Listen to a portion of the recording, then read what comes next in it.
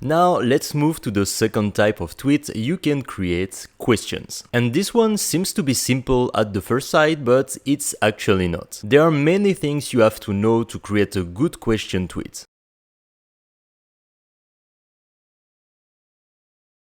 The first thing is that the question has to be really short, only 1 or 2 lines. The reason why you want to keep it short is when people see a really short tweet with a few words per line, they are more likely to read it. Because people are lazy, they want easy things to read, otherwise they just keep it. And of course it's not the case for everyone, but since you want the algorithm to push it, you want the maximum number of people to interact with. That's why you want to use a few words per line, simple words to understand, and no hook. Yeah, because since the question is small, you don't even need a hook, because the first thing people will read is the question itself.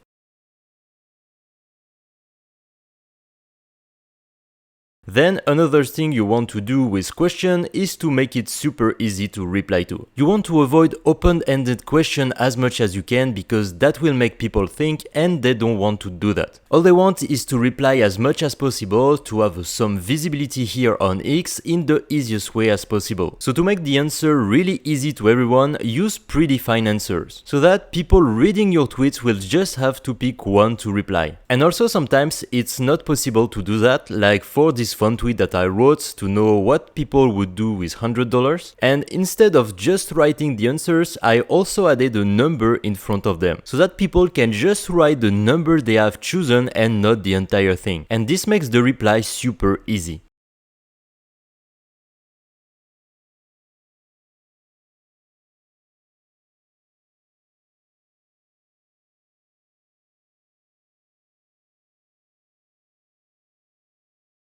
Next thing you have to do with your questions is to start with a word that defines your audience. For example, I almost always use founders as my first word for my question tweets, since my audience is made of founders. The reason why I'm doing this is that when founders read the first word, they directly know it's a tweet for them, so they keep reading. It's a small optimization, but it's really valuable.